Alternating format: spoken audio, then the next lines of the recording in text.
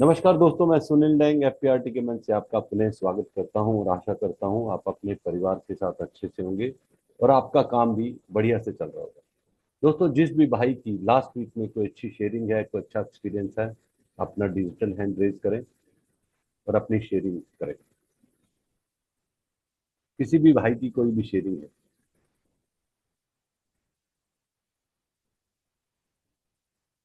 कोई भी एक्सपीरियंस किसी भाई का नहीं है। एक आप सबसे रिक्वेस्ट है, आप अपना कैमरा ऑन रखें ताकि स्पीकर को भी बोलने में मजा आता है और कोई भी चीज शेयर करनी है, कुछ भी, उसके जब तक सामने चेहरे नहीं दिखते अच्छा नहीं लगता। अपना नाम भी ठीक करें, उनको किसी से बात करनी है तो कर लेंगे बात। सॉरी सुनील जी, मैं ड्राइविंग कर रहा हूँ असल में। कोई कोई बात नहीं सर, आप ड्राइविंग कर रहे हैं, कोई बात नहीं। जो मजबूरी है वो उसकी बात अलग है। जो कर सकते हैं, देखो कुछ लेना है ना तो चेहरा तो दिखाना पड़ेगा। दोस्तों, मैं बात करूंगा। एक बारी श्री राम जी ने लक्ष्मण जी से पूछा कि लक्ष्मण बताओ, मेरे चरण सुंदर हैं या सीता के चरण सुंदर। तो लक्ष्मण जी ने कहा, राम जी आपने मुझे तो धर्म संकट में डाल दिया, इसका निर्णय मैं कैसे ले सकता हूँ। तो श्री राम ने बोला कि लक्ष्मण, तुम बैरागी हो, अपना निर्णय बेफिक्र होके दो। बताओ, मुझे लगता है कि मेरे चरण सुंदर हैं और सीता को लगता है उसके चरण सुंदर हैं। तो लक्ष्मण जी ने श्री राम जी की तरफ देखते हुए बोला कि राम जी, माता सीता के ही चरण सुंदर हैं। इसको सुन के माता सीता एकदम प्रसन्न हो गई। तो लक्ष्मण जी बोले, माता प्रसन्न होने की जरूरत नहीं है। आपके चरण तभी हैं जब श्री राम के चरण, श्री राम के चरणों की वजह से ही आपके चरण हैं। उसको सुन के श्री राम जी प्रसन्न हो गए। तो उसके बाद लक्ष्मण जी ने बोला, आप दोनों को प्रसन्न होने की जरूरत नहीं है। ये आपके चरण से ऊपर भी एक है, आपका आचरण। आपका आचरण सुंदर है, जिसकी वजह से आपके चरण सुंदर हैं। आपका तन सुंदर है, आपका मन सुंदर है। दोस्तों, इससे हमें एक सीख मिलती है। जिंदगी में अगर आपका आचरण अच्छा है ना, तो आप हर जगह सफलता मिलती है, आपको हर जगह कॉन्फिडेंस आता है। इसलिए हमेशा अपने आचरण पे ध्यान देना है। आप कहीं भी आए हैं, अगर आप कुछ लेने की भावना है तो देना क्या है, सिर्फ अपना चेहरा ही तो दिखाना है। और नहीं तो स्पीकर को लगता है वो किससे बात कर रहा है, उसको पता ही नहीं होता। ठीक बात है। दोस्तों, आज अगर कोई शेयरिंग नहीं है तो हम आप हमारे स्पीकर हमारे बीच आ चुकी हैं, नेहा गुप्त जी, जो कि एक माइंड कोच हैं। और इनका विधिवत इंट्रोडक्शन देने के लिए मैं अतुल जैन भाई से आग्रह करूंगा, उनको आमंत्रित करें। अतुल भाई, वेलकम। Good morning. एक किसी का डिजिटल हैंड रेस था ना, वो देख नहीं पाए क्या? कौन थे, क्या कल चाह रहे थे वो? मतलब उन्होंने कल अपना डिजिटल हैंड रेस करा था मेरे साहू हिसाब। जी थे, साहू जी थे। अब तो दिख ही नहीं रहे। अच्छा ठीक है, कोई बात नहीं, लास्ट में देखेंगे यदि इस आज का सेशन कंप्लीट आगे नहीं है। आगे साहू जी, आगे आगे साहू एक जी। हाँ, बोलना चाहते हैं तो अनम्यूट करके बात करिए। मेरा सवाल, एक डाउट था उस सिचुएशन में क्या करना है, उस सेशन के बाद में पूछूं बेहतर होगा। ठीक है, राइट है, ठीक है, हाँ। ओके। आज का सेशन शुरू करते हैं। जैसा कि हम लोगों की एक परंपरा है कि हम अपने स्पीकर को इनवाइट करते हैं, और इनवाइट करने का तरीका भी आप लोगों को सबको मालूम है। मैं आज के स्पीकर के बारे में इतना बोलना चाहता हूँ कि आज का सेशन सुनने के बाद आप लोगों को लगेगा कि हाँ, आज आपने किसी एक अच्छे स्पीकर को सुना है। इस बात का मैं आपको अभी शुरू होने से पहले ही आपको एक कॉन्फिडेंस बता देता हूँ। जो नेहा गुप्त जी है, ये एक माइंड कोच ट्रेनर है, बिहेवियर कोच पे, कम्युनिकेशन पे काम करती है, एनएलपी पे काम करती है। टॉप 10 वुमेन्स कॉर्पोरेट ट्रेनर्स का इनको अवार्ड मिला हुआ है। बेस्ट माइंड कोच है, और माइंड के ऊपर और ट्रेनिंग्स के ऊपर बहुत अच्छे से काम करती है। और मेरा और नेहा जी की जो जानकारी कोई कोविड में 2020 में शुरू हुई थी। तो जब एक एफपीआरटी के ही सेशन में पंकज अग्रवाल जी के रेफरेंस से नेहा गुप्ता जी से मिलने का, बात करने का मौका मिला था मुझे। नेहा गुप्ता जी, सॉरी, गुप्ता लग जाता है बाद में, रियली सॉरी। तो मैं आज का सेशन शुरू करने से पहले, और एग्जैक्टली नेहा जी क्या क्या करती है उसके बारे में 2 मिनट के अंदर पहले वो अपने से ब्रीफ करके बताएंगे, और उसके बाद आज के सेशन की तरफ जाएंगे। मैं हम सब लोगों से रिक्वेस्ट करता हूं कि जो हमारा किसी भी स्पीकर को बुलाने का जो तरीका है ना, वो चैट बॉक्स के थ्रू हम बुला सकते हैं। तो सारा ये पूरा चैट बॉक्स भर दीजिए, जिससे कि आज के स्पीकर को ये लगे कि हाँ वो कहीं पे किसी अच्छे प्लेटफॉर्म पे है। पहली चीज। दूसरी चीज, जब एक स्पीकर के अंदर मोटिवेशन होता है तो स्पीकर का मोटिवेशन 10 टाइम्स होता है, तो हमारे को 100 टाइम्स उसकी वैल्यू मिलती है।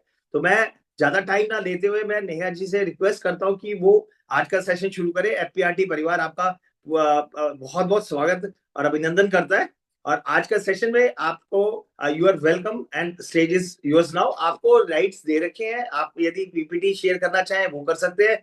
आपको यदि कभी किसी से इंटरेक्शन करनी है, आपने ये कहना है कि डिजिटल हैंड रेज करिए, तो हमारा डिजिटल हैंड रेज मतलब हो जाएगा। तो हमारे यहाँ से जो आईटी देखते हैं वो उनको अनम्यूट कर देंगे। सब लोगों को म्यूट इसलिए करके रखा जाता है कि बाई चांस कभी किसी का हाथ लग जाता है तो फिर वो सेशन में डिस्ट्रैक्शन हो जाता है। इस वजह को उस सिचुएशन को अवॉइड करने के लिए म्यूट पे रखा जाता है सब लोगों को। बट सबके पास एक्सेस है, एनीवन कैन अपने आप को अनम्यूट करके वो बात कर सकता है। Over to Neha ji. Thank you very much. Good morning Atul ji and everyone. क्या मेरी आवाज सबको आ रही है? बहुत अच्छे से, बहुत अच्छे से। Okay, thank you very much everyone. आप सबके जितने मैसेजेस आ रहे हैं चैट बॉक्स में, उन सबका बहुत बहुत धन्यवाद कि आज सुबह आप लोगों ने मुझे बुलाया। Special thanks to FPRT management team कि आप लोगों ने आज मुझे बुलाया आप सबके बीच, और आप सब लोग आज सुबह सुबह यहाँ हैं सुनने के लिए, तो आपका बहुत बहुत धन्यवाद। तो मैं, जैसा अतुल जी ने मेरे बारे में थोड़ा सा बताया, मैं आपको थोड़ा सा और ब्रीफ कर देती हूँ कि मैं एक माइंड कोच हूँ, एक बिहेवियरल साइंस एक्सपर्ट हूँ। तो माइंड कोच, जब लोग पूछते हैं कि माइंड कोच क्या होता है, माइंड कोच मतलब क्या आप माइंड पढ़ लेते हो, तो ऐसा नहीं है कि माइंड पढ़ना हमारा काम है। माइंड कोच का मतलब है कि मैं लोगों को ट्रेन करती हूँ कुछ माइंड टेक्निक्स के द्वारा, जो विजुअलाइजेशन टेक्निक्स होती हैं, जिसमें से एक टेक्निक होती है 10 minutes challenge, mind challenge technique, जिसके थ्रू हम अपने पोटेंशियल को, अपने इंटरनल पोटेंशियल को इंक्रीज कैसे करते हैं वो जानते हैं। तो ये सारी माइंड टेक्निक्स होती हैं। कुछ हमारी एंजाइटी के लिए, जिन लोगों को ओवर थिंकिंग होती है उसके लिए, कोई स्ट्रेस होता है उसके लिए, टीनेजर्स के लिए, कपल्स के लिए, इंडिविजुअल्स के लिए। तो काफी सारे बिजनेस, जैसे मैं बीएनआई से जुड़ी हुई हूँ, तो मेरे साथ बहुत सारे बिजनेस एंटरप्रेन्योर्स हैं जिनके साथ हमारा एक्टिवली काम चलता है। तो जिनके साथ मेरी कोचिंग चलती है 1-to-1। और साथ ही मेरी एक ट्रेनिंग कंसल्टिंग कंपनी भी है, तो जिसकी मैं फाउंडर हूँ, वो है आई एम पॉसिबल इंडिया। तो मेरी एक टीम है जो पैन इंडिया काम करती है, और हम 10,000 से ज्यादा एक्सपर्ट्स के साथ जुड़े हुए हैं जो हेल्थ एंड वेलनेस में काम करते हैं, जिसमें मेजरली हमारा सारा काम बिना दवाइयों के, जो भी हेल्थ एंड वेलनेस के ट्रीटमेंट होते हैं वो सारे mind coaching, visualisation, alternate therapies और सभी तरीके के हीलिंग के द्वारा किया जाता है। तो ये एक हमारा विंग है जिसमें हेल्थ एंड वेलनेस का काम होता है। दूसरा, ट्रेनिंग, कॉर्पोरेट ट्रेनिंग्स हमारी, उसके लिए हमारे पास ऑल ओवर इंडिया ट्रेनर्स होते हैं। मैं खुद एक ट्रेनर रही हूँ, अभी भी करती हूँ ट्रेनिंग्स। तो उसमें जितने भी बड़े मल्टीनेशनल कंपनीज हैं और जितने भी पीएसयूज हैं, कुछ मेजर पीएसयूज के साथ मेरा सारा काम चलता है। तो हम उनके साल भर में जितने भी ट्रेनिंग्स आते हैं उनका कॉन्ट्रैक्ट लेते हैं, वो डिलीवर करते हैं। तो वो इंडिया में कहीं भी हो सकता है, किसी भी स्टेट में। और साथ ही मेरी एक कंसल्टिंग फर्म है। कंसल्टिंग फर्म मतलब एक कंसल्टिंग डिवीजन भी है। और इस कंसल्टिंग डिवीजन में हमारा काम है कि मैंने जितने भी टॉप, आपने बिग कंसल्टिंग फर्म्स का नाम सुना होगा, मैकिंजी, बेन, डेलॉयट, इन सब के जितने भी आप कह सकते हैं एक्स एम्प्लॉयज रहे हैं, जो अब कोरोना के टाइम पर उन्होंने अपने काम को छोड़ा। और हमने ये देखा कि कोरोना के वक्त में काफी लोगों ने अपने जॉब्स को छोड़ा था। तो उस समय ही मैंने I am possible India start किया था, और उन एक्स एम्प्लॉयज के साथ मिलकर एक टीम बनाई थी कि क्यों ना हम उन लोगों को, इन लोगों की सर्विस दें जो इनको अफोर्ड नहीं कर सकते। तो उनके साथ हमने वो टीम बनाई कि अब हम कम पैसों में अपने उन भाइयों को और उन बहनों को जो एमएसएमई लेवल पे काम करते हैं, जो एसएमई लेवल पे काम करते हैं, उन लोगों को सर्विस दें आधी कॉस्ट में, ताकि उनको क्वालिटी सर्विस मिले, उनका बिजनेस ग्रो करे, और वो लोग ऐसे क्वालिटी लोगों के साथ काम कर सकते हैं जिनको वो शायद कभी अफोर्ड कर ही नहीं सकते। तो इस तरीके से ये आई एम पॉसिबल इंडिया की एक टीम बनी और पैन इंडिया काम शुरू हुआ। तो 2020 से लेके 2024 तक भगवान की कृपा है कि काफी अच्छी कंपनीज के साथ काम करने को मिला और काफी अच्छे लोगों के साथ कोचिंग करने को मिल रहा है। तो thank you Atul ji once again. आपसे 4 साल पहले मुलाकात हुई और आज फिर से एक बार सबसे मिल रही हूँ। तो आप लोगों ने बहुत सारे मोटिवेशनल सेशन आई थिंक होते ही होंगे जैसे आप हर फ्राइडे मिलते हैं। तो आज जिस सेशन के लिए अतुल जी ने मुझे बुलाया तो मुझे लगता है कि मोटिवेशनल सेशन जो होता है ना, आप तो फ्री में कहीं भी सुन सकते हैं। उसके लिए आपको यहाँ कैमरा ऑन करके सुबह सुबह आने की क्या जरूरत। मोटिवेशनल सेशन के लिए आप यूट्यूब खोलेंगे, आप फेसबुक खोलेंगे, आप इंस्टाग्राम खोलेंगे, आप कोई भी सोशल मीडिया प्लेटफॉर्म खोलेंगे, आपको मोटिवेशनल सेशन फ्री में मिलेगा। 1 घंटे का मिलेगा, 1 मिनट का मिलेगा, हर तरीके का मिलेगा। तो आज इस सेशन में ऐसा क्या होना चाहिए जिसका असर थोड़े टाइम तक रहे। क्योंकि आप जानते हैं मोटिवेशनल सेशन का असर कितने टाइम तक रहता है, कोई बता सकता है? कोई भी एक मोटिवेशनल सेशन का असर कितने टाइम तक हमारे माइंड पे रहता है? 72 आवर्स। 72 आवर्स मैक्सिमम लिमिट बताइए अंजना जी। थैंक यू अंजना जी। किसी को तो 24 घंटे भी नहीं रहता है। मतलब मैक्सिमम है 72, कोई भी बात रहती है 72 2 आवर्स रहता है। Absolutely absolutely. Thank you Anjana ji. तो ऐसे मोटिवेशन का क्या फायदा जिसका असर आपको बहुत थोड़ी देर तक रहे। तो मैं चाहती हूँ कि आज एक ऐसा सेशन करें जो बिल्कुल प्रैक्टिकल हो हमारी लाइफ से, हमारे जीवन से, कि जिसके साथ सब अटैच कर सके, जिसके साथ सब कनेक्ट कर सकें।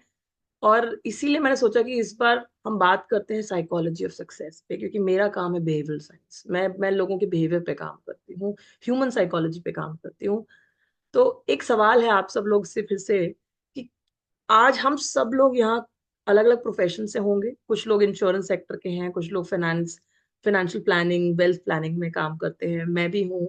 और कुछ अलग अलग प्रोफेशंस के भी लोग होंगे। मेरा सवाल ये है कि आज हम सबके बीच में एक कॉमन प्रोफेशन है, हम सबके बीच। क्या कोई बता सकता है वो एक वर्ड जो हम सबके प्रोफेशन को डिफाइन करता है? हम सफलता, सब शिखर पे पहुंचना ही अपने प्रोफेशन, सफलता, सक्सेस। सफल। अगर ओके, अपने प्रोफेशन में हम सक्सेस हैं तो सब लोग उस प्रोफेशन को लाइक करने लगते हैं कि प्रोफेशन अच्छा है।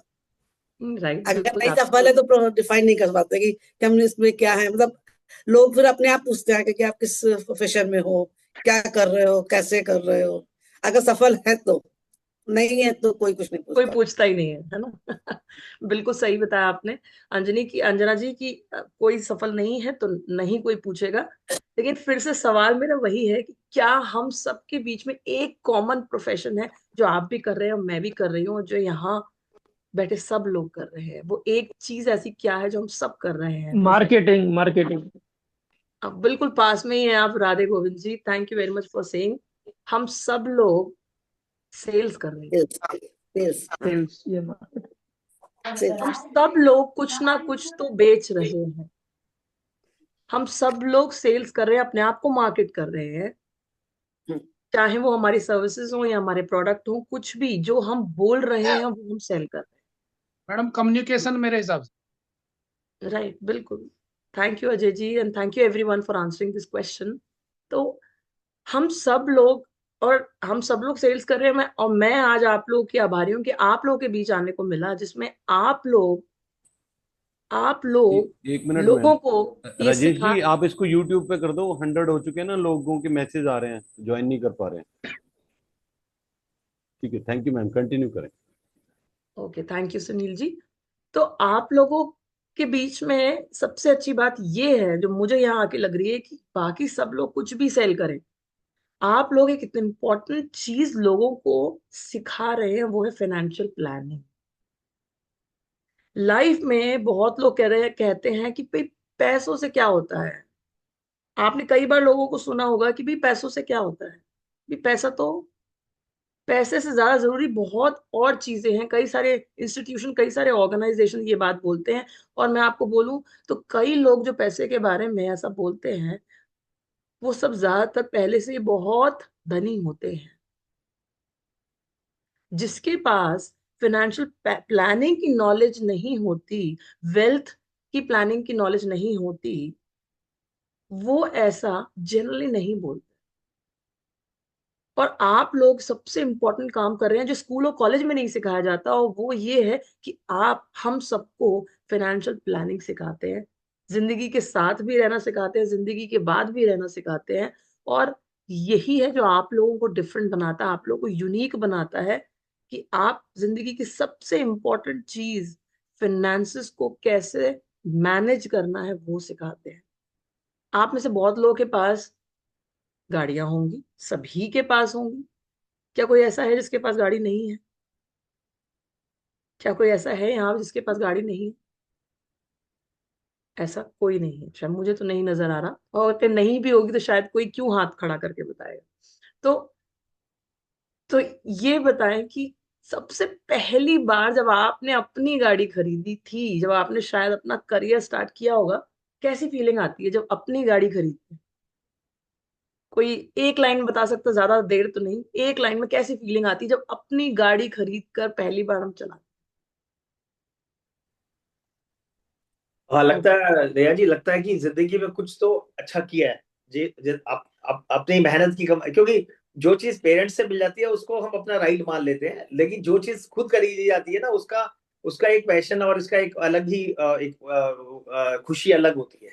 Absolutely, absolutely, thank you so much Atul ji, ये आपने इसका आंसर दिया, थैंक यू वेरी मच। बिल्कुल सही, कि हमें जो अपनी होती है, अपनी गाड़ी अपनी होती है, और हमारी गाड़ी वो अलग होती है, राइट? हमारी गाड़ी हमारी होती है, अपनी अपनी होती है, वो फीलिंग अलग होती है। और मुझे ये जो फीलिंग है ना, अपनी गाड़ी वाली फीलिंग, ये बहुत टाइम बाद आई, बहुत टाइम बाद आई। मतलब जनरली गाड़ी खरीदना आज के टाइम पे कितना आसान है, आप ईएमआई स्टार्ट करो, गाड़ी आ गई।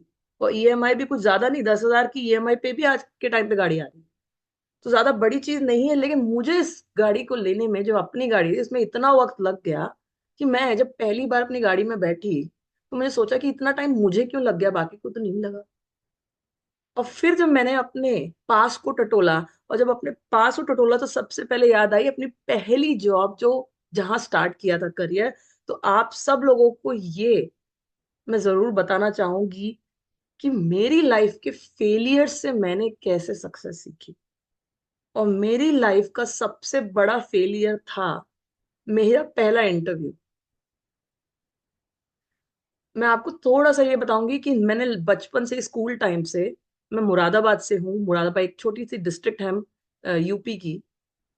तो वहां पे स्कूल टाइम से ना, जितने भी डिबेट कंपटीशन या ओरेशन स्किल्स के जितने भी एलोक्यूशन कॉम्पिटिशन होते थे, उसमें सब में मेरे पेरेंट्स मुझे पार्टिसिपेट कराते थे, और मैंने वहीं से बोलना, मंच पर बोलना, स्पीकिंग स्किल्स सीखा। तो जब वो सीखा तो अब कॉलेज में आते आते इतना कॉन्फिडेंस आ गया था कि आप कहीं भी बोल सकते हैं, बिना कुछ देखे, बिना कुछ लिए आप कहीं भी बोल सकते हैं। That is natural way of speaking. तो जब पहला इंटरव्यू हुआ एमिटी में थी, मैं नोएडा में, और मैनकाइंड फार्मा आई थी वहां पर, क्योंकि मैं बायोटेक फील्ड से हूँ बाय डिग्री। तो मैनकाइंड फार्मा आई थी, और वहां पर हम लोग, मैं मास्टर्स कर रही थी रिसर्च एंड डेवलपमेंट।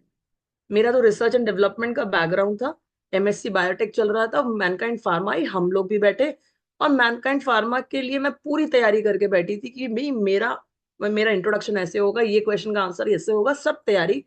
मगर वहां आते ही सबसे पहला क्वेश्चन जो उन्होंने मुझसे पूछा, ये था कि मैडम ये बताइए कि ये क्या है। मैडम ये बताइए कि ये क्या है, आप सब लोग देख सकते होंगे कि ये क्या है। मैंने कहा सर ये पेन है। तो वो बोलते हैं कि भी ये पेन है, तो आप एक बात बताइए, अगर आपको ये पेन मुझे बेचना है तो ये कैसे बेचेंगी? तो मैंने कहा सर मैं तो, मतलब मैं कुछ बोल नहीं पाई, बट मेरे माइंड में आया कि भाई मैं तो सेल्स की हुई नहीं, मुझसे ये सेलिंग का क्वेश्चन, ना कभी इंट्रोडक्शन लिया, ना कुछ, ना नाम पूछा, ना कुछ, सीधे सेलिंग। अब मैंने उनको बहुत कन्विंस किया, बट मैं ये पेन उनको बेच नहीं पाई, वो माने नहीं। उसके बाद उन्होंने बहुत सारे क्वेश्चंस पूछे, वो सबका जवाब दिया, लेकिन वो इंटरव्यू मेरा क्लियर नहीं हो पाया। काफी ऐसे लोगों का क्लियर हो गया जिनके साथ मैं सोच रही थी कि यार इन्होंने कैसे क्लियर कर लिया, ये तो पढ़ाई में भी बहुत पीछे थे, कभी कभी कॉलेज तो आते ही नहीं है। इन लोगों ने क्लियर कर लिया। और उस दिन जो धक्का लगा पहली बार लाइफ में, कि अच्छा एक पेन सेल ना करने की वजह से मेरा इंटरव्यू रहे, और उस दिन रियलाइज हुआ कि सेलिंग स्किल सच में इतनी इंपॉर्टेंट है लाइफ में कि आप कुछ भी कर लो, आप चाहे अकेडमिकली कितने भी साउंड हो, आप चाहे कितने भी कुछ लिख रहे हैं, कोई कह रहा है कि आवाज नहीं आ रही सर, आपको आवाज नहीं आ रही या सभी के साथ ऐसा कुछ? नहीं नहीं, बिल्कुल ठीक है, बिल्कुल ठीक है मैडम। उनके साथ कोई प्रॉब्लम होगी, but your voice is very clear, very clear. Okay, तो नहीं, बीच में आवाज बंद हो गई थी। अच्छा, ओके जी, ओके। तो अगर उस दिन मुझे ये रियलाइज हुआ कि अगर हमें सेलिंग स्किल्स नहीं आती तो कुछ भी नहीं आता, और उस दिन से मुझे लगा कि मुझे कुछ भी सीखूं लाइफ में, एक सेलिंग स्किल जरूर सीखना है। And I dropped my research career, और मैंने उस साल पहली बार सेल्स की जॉब ढूंढनी स्टार्ट की। और जब देखा तो मार्केट में सेल्स की तो भीड़ लगी पड़ी। मतलब आपको मांगनी नहीं पड़ेगी, सेल्स की जॉब एक ऐसी जॉब है जो लोग खुद आपको आके दे रहे हैं, बट आपके अंदर स्किल्स होनी चाहिए। ये एक ऐसी जॉब है जो लोग आपको ऑफर कर रहे हैं, आपको इंसेंटिव ऑफर कर रहे हैं, सब कर रहे हैं, आप आइए अपने स्किल्स दिखाइए और कर जाइए, जितना चाहे उतना कमाइए। और थोड़ा मशक्कत के बाद पहली बार मेरी एक कॉर्पोरेट सेल्स जॉब लगी। सन एंड सैंड एक होटल चेन है जो महाराष्ट्र के 5 स्टार होटल्स में आता है, बहुत पुराने 5 स्टार होटल्स में आता है, जिसका एक कॉर्पोरेट ऑफिस यहाँ गुड़गांव में होता था, अभी भी है। तो वो मेरी पहली जॉब लगी और मैं बड़ी खुश थी कि भाई मेरी कॉर्पोरेट सेल्स में जॉब लगी है, हॉस्पिटैलिटी के टॉप सेक्टर में, जिसमें माइस सेगमेंट एक होता है, वहां हमें होटल सेल करना होता है कॉर्पोरेट्स के साथ। अब जब इतनी खुशी के साथ मैंने अपनी एक जॉब स्टार्ट करी, वो जहां पहली बार गई, तो वहां जाके रियलाइज हुआ कि भाई यहाँ पे आपको सेलिंग के नाम पे कॉर्पोरेट से तो मिलना ही है, लेकिन कॉर्पोरेट से मिलने से पहले का जो टास्क है वो ये है कि 2010 की बात है ये, आपके पास अपॉइंटमेंट्स नहीं होंगे, आपको वो अपॉइंटमेंट लेने हैं। उन अपॉइंटमेंट लेने के लिए आपके पास कई बार डेटा भी नहीं है, वो डेटा आपको खुद कलेक्ट करना है। कैसे? गुड़गांव की साइबर सिटी के एक एरिया को मुझे दे दिया गया था, बिल्डिंग नंबर 9 और 10 आपके हैं, जाइए एक एक फ्लोर पर जाके देख के आइए कौन कौन सी कंपनीज के ऑफिसेज यहाँ पर हैं। हर एक दरवाजे पे नॉक करके ये पूछना है, हर एक वॉचमैन से ये पूछना है कि यहाँ पे एडमिन हेड कौन। और वहां एडमिन हेड का पता करने के बाद अब आपको कॉलिंग भी करनी है, उसमें ये चेक करना है कि उस एडमिन हेड के साथ आपका अपॉइंटमेंट कैसे फिक्स हो सकता है। और अब ये सिलसिला स्टार्ट हुआ, हमारी जितने भी फ्रेशर्स थे वो सबकी इंडक्शन वगैरह हुई, ट्रेनिंग वगैरह स्टार्ट हुई, और हम लोगों ने काम शुरू किया। शुरू शुरू में सब अच्छा लगता है, एक टाइम के बाद बोर होना शुरू हो जाते हैं, भाई हम कर क्या रहे हैं। अब 5 स्टार होटल को रिप्रेजेंट कर रहे हैं। 5 स्टार होटल को रिप्रेजेंट करने का मतलब है, हमें जो बोला जाता था, ड्रेसिंग सेंस जो हमें सिखाई जाती थी, कोट सूट में जाना होता था, चाहे कोई भी हो। 5 स्टार प्रॉपर्टी रिप्रेजेंट कर रहे हैं, कोट सूट में गर्मी में भी आपको जाना है। और वहां जितना भी ये जो एरिया होता है जहाँ पे सीढ़ियां होती हैं और आप जा रहे हैं हर डोर टू डोर, वहां कोई एसी भी नहीं होता। और लिफ्ट का इस्तेमाल कैसे करें? लिफ्ट जरूरी नहीं है हर स्टेप पे तो जाना है, हर फ्लोर पे तो जाना है, तो सीढ़ियां ही चढ़नी है, चाहे 10 फ्लोर है या 14 फ्लोर। तो और एक फ्लोर पे अगर 4 ऑफिस है तो हर ऑफिस में जाके कोई हमें बैठने के लिए पूछता ही नहीं, क्योंकि हमारा काम है, उनका काम नहीं। तो ये हमारी लाइफ स्टार्ट हो गई थी। और क्या जनरली सेल्स वाले कहाँ मिलते हैं जब वो बीच में कहीं बैठना चाहते हैं? कहाँ मिलते हैं? ऑफिस के आसपास कुछ जगह होती है, छोले कुलचे वाले, चाय वाले, सुट्टे वाले, वहां बैठ के मिलते हैं।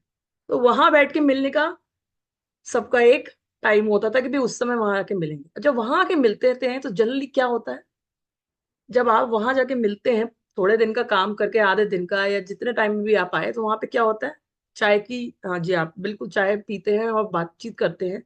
और उस बातचीत में सबसे इंटरेस्टिंग काम जो होता है, जो हर ग्रुप कर रहा होता है, वो होता है दूसरों की कंप्लेन।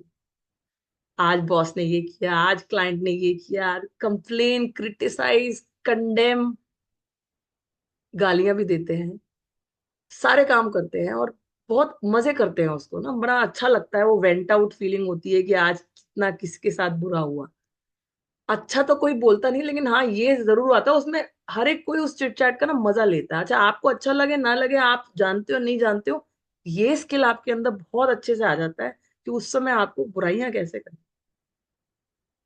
तो ये सारी चीजें करते करते टाइम निकला, जॉब्स भी चेंज हुई। और सबसे अच्छी बात है कि जब आप पूरी दिन की मेहनत करते हो ना, पूरे महीने की भी मेहनत करते हो, और जब आपको वो अपॉइंटमेंट मिल जाता है, जिसके साथ आपको अपॉइंटमेंट चाहिए, उस कंपनी में अपॉइंटमेंट मिल जाता है एडमिन हेड के साथ, तो उस मीटिंग के लिए कौन जाता है, आप बता सकते हैं? उस मीटिंग के लिए कौन जाएगा? आपने इतनी मेहनत करी, 4 मीटिंग्स रखी, और उस मीटिंग के लिए जाता था बॉस। आप नहीं जा रहे, किसको जाना है? बॉस को जाना है। तो इतनी मेहनत करने के बाद सब कुछ अगर बॉस ले जाएगा तो आपने क्या किया? तो ये उस टाइम रियलाइज हुआ कि चलो भाई, अब बॉस को भी इन्फ्लुएंस करना चाहिए। और जनरली फीमेल्स का तो काम ही ये होता है ना, बॉस को जल्दी इन्फ्लुएंस करते हैं और बॉस जल्दी मान भी जाते हैं कि सर हमें भी ले चलिए, सर हम भी सीख जाएंगे आपके साथ। अब वही तो मेन इंटरेस्टिंग काम है। और वहां से पहली बार नेगोशिएशन स्किल सीखे, वहां से पहली बार क्लाइंट के साथ कैसे बातचीत करनी है वो सीखा। एक्चुअल सेल्स तो वहीं पर आई, और वही इंटरेस्टिंग पार्ट था। लेकिन वो इंटरेस्टिंग पार्ट जब हुआ जब हमने सबसे पहले हार्ड वर्क सीखा। अगर वो डोर टू डोर नॉकिंग और वो अपॉइंटमेंट लेना नहीं सीखा होता और हमें बिल्कुल प्लेट में रख के वो अपॉइंटमेंट तैयार होते, तो शायद उस अपॉइंटमेंट की कोई वैल्यू ही नहीं होती। वो पहली बार सीखा, और वहां से सेलिंग स्किल्स आए। सेलिंग स्किल्स तो बढ़ते गए, एक एक ग्रूमिंग क्रिएट हुई। आपकी कम्युनिकेशन स्किल्स इतनी स्ट्रांग हो जाती है सेल्स जॉब में कि मुझे लगता है वो किसी जॉब में नहीं हो सकती। आप ऑफिस में बैठ के वो काम नहीं कर सकते जब आप लोगों से फेस टू फेस मिल के कर सकते हो। और वो मुझे सेल्स जॉब में सिखाया। जब सेल्स जॉब 2-3 बार चेंज भी हुई, कुछ साल निकल भी गए, अच्छे सेल्स पर्सन बन भी गए, मेरी शादी भी हो चुकी थी तब तक। शादी के बाद पहली प्रेगनेंसी का टाइम आया और मुझे लगा कि अब मुझे थोड़ा जॉब से ब्रेक लेना चाहिए। अब जब जॉब से ब्रेक लिया तो घर में मदर को बुलाया। मदर आई और मदर मेरे साथ रुकी। हम हस्बैंड वाइफ साथ में रह रहे थे। हस्बैंड भी कॉर्पोरेट जॉब में, मैंने अभी रिसेंटली छोड़ी थी। तो मेरी मदर ने 1-2 दिन रहने के बाद बोला कि नेहा क्या प्रॉब्लम है तुम्हारी? उन्होंने पूछा क्या प्रॉब्लम है तुम्हारी? मैंने कहा क्या प्रॉब्लम है, कुछ भी तो नहीं है, सब कुछ ठीक ठाक चल रहा है। मुझे लगता है आप शायद यहाँ पे नए हो, आपको लग रहा हो, भाई आप बताओ क्या प्रॉब्लम है। तो उन्होंने कहा कि एक सबसे बड़ी प्रॉब्लम है कि आजकल कोई भी छोटी छोटी सी चीज होती है तो तुम फ्रस्ट्रेट हो जाती हो। कोई भी छोटी सी बात कहो तो तुम तिलमिला जाती हो। जरा जरा सी बात पे पहले तो तुम कभी इतना इरिटेट और फ्रस्ट्रेट नहीं होती थी, आजकल क्या हो गया? मैं तो तुम्हें इतने सालों से जानती हूँ, बचपन से देख रही हूँ, तुम तो पहले ऐसी नहीं थी। तुम तो हंसती थी, मुस्कुराती थी, हर चीज में ऐसे बात करती थी, सब लोग खुश रहते थे। तुम आजकल इतना परेशान हो, इतना हर चीज में, छोटी छोटी चीज पे इतना क्यों परेशान हो जाती हो और रिएक्ट क्यों करती हो? ये चीज उस दिन मुझे पहली बार किसी ने बताई, और वो भी अगर आपकी मदर बता रही हो तो लगता है कि आप गलत तो नहीं बोल रही हो। लेकिन मुझे वो बात अब्सॉर्ब नहीं हुई। क्यों? कोई बता सकता है? हम सेल्स वाले, अगर सेल्स वालों को कोई बताए कि गलती है तो क्या करता है सेल्स वाला? अगर क्लाइंट बोलता है गलती है, ये प्रॉब्लम है, सेल्स वाला क्या करता है? टिपिकल सेल्स वाले की ट्रेनिंग क्या होती है? काउंटर करता है हमेशा।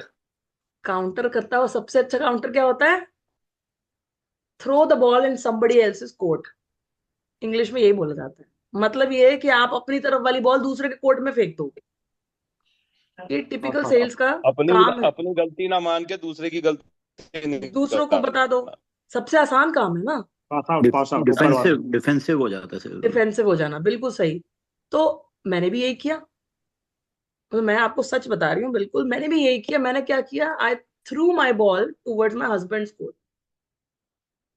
किसकी गलती है? हस्बैंड की गलती है। भाई हस्बैंड ही सारा काम करते हैं। अब डिटेल में तो नहीं जाएंगे हमने क्या क्या किया, लेकिन अब हस्बैंड के कोर्ट में जब बॉल आई, जब उनके पास सवाल उठा तो क्या हुआ, फिर कहां से जवाब क्या आया? उन्होंने वो कोर्ट मेरी तरफ फेंक दिया बॉल। तो हम लोग जो सेल्स वाले होते हैं वो क्या करते हैं? वॉलीबॉल खेलते हैं। हम सब लोग वॉलीबॉल खेल रहे थे, और तब पहली बार रियलाइज हुआ जब मदर ने बोला कि हम तो वॉलीबॉल खेलने में एक्सपर्ट हो चुके हैं। जब आप पे गलती आए तो दूसरे पे फेंक दो, दूसरा हम पे फेंक देगा। आपस में हम वॉलीबॉल खेलते खेलते ही सालों निकाल चुके हैं, और हमें नहीं रियलाइज होता खाएगा कि कौन? हम इंटरनली कितने बदल चुके हैं। कोई हमें नहीं बताता कि हमारे अंदर क्या क्या चीजें हैं जो बदलती जा रही हैं। जिसका इम्पैक्ट सब कॉन्शियसली हमारे माइंड में आता जा रहा है। और वो वही होता है जो हम लोगों से सुनते हैं, जो हम लोगों से समझते हैं। ये कहा जाता है we are the average of 9 people around us. जिनके साथ हम सबसे ज्यादा टाइम स्पेंड करते हैं, उन 9 लोगों का एवरेज हम बन जाते हैं। आप जो सुन रहे हैं, चाहे आप उसे पसंद करते हो या ना पसंद करते हो, आप जिनके साथ रह रहे हैं, चाहे आप उनको पसंद करते हो या ना पसंद करते हो, लेकिन उनका असर आपके माइंड पे आता ही आता है। सबकॉन्शियसली आपके माइंड में उसका इतना गहरा प्रभाव पड़ता है कि आपको पता ही नहीं चलता कि धीरे धीरे आपके, जैसे आज सुबह सुबह सुनील जी ने बताया था, आपका आचरण कैसे बदलने लगता है, आपको उसका एहसास ही नहीं होता जब तक आपको कोई कॉलर पकड़ के शेक करके ये नहीं बोलता कि तुम कुछ गलत कर रहे हो, क्या तुम्हें इसका एहसास है। ये चीज कोई अपना ही बता सकता है। और ये जब पहली बार मुझे एहसास हुआ, तब मुझे लगा कि इसमें कुछ चेंज करना चाहिए, और इस पे चेंज करने का काम मैंने शुरू किया। सालों लगे इसको चेंज करने, जितने साल इसको अडॉप्ट करने में नहीं लगे तो सालों लगे उसको चेंज करने में। और धीरे धीरे तभी से मेरा करियर फिर साइकोलॉजी की तरफ स्टार्ट हुआ था, कि कैसे मुझे साइकोलॉजी की हेल्प लेनी चाहिए, क्योंकि साइकोलॉजी मेरा एक साइड सब्जेक्ट था कॉलेज में। वहां से जब मैंने स्टार्ट किया, फिर मैंने अपना ट्रेनिंग करियर स्टार्ट किया, कोचिंग करियर स्टार्ट किया, और अब एक फुल फ्लेजेड ट्रेनर बन चुकी थी। अब फुल फ्लेजेड ट्रेनर बनने के बाद भी लगा कि अभी कमी है, कुछ और चीजें भी इंप्रूव करनी चाहिए। बहुत सारी चीजें लाइफ में करी, ग्रो किए, काफी कुछ अच्छा हुआ।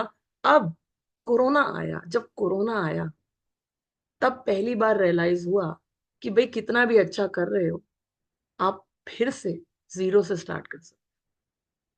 आप कितना भी अच्छा कर रहे हो, लाइफ आपको फिर से नीचे फेंक सकती है। और कोरोना के बीच में सबसे पहले यही हुआ कि मेरे हस्बैंड जो मैकेंसी में काम करते थे, वर्ल्ड की टॉप कंसल्टिंग कंपनी है, उसके सारे इंटरनेशनल प्रोजेक्ट्स पे काम रुक गया, अचानक से रुक गया। सारा काम रुक जाने की वजह से अब आपके पास कोई काम ही नहीं, आप कुछ कर नहीं सकते हो। कितने टाइम के लिए नहीं कर सकते, कुछ पता नहीं। 2 बच्चे हैं हमारे, हम अचानक से फैमिली में, और मैं जो ट्रेनिंग करती हूँ, कंपनीज की ट्रेनिंग सारी रुक गई।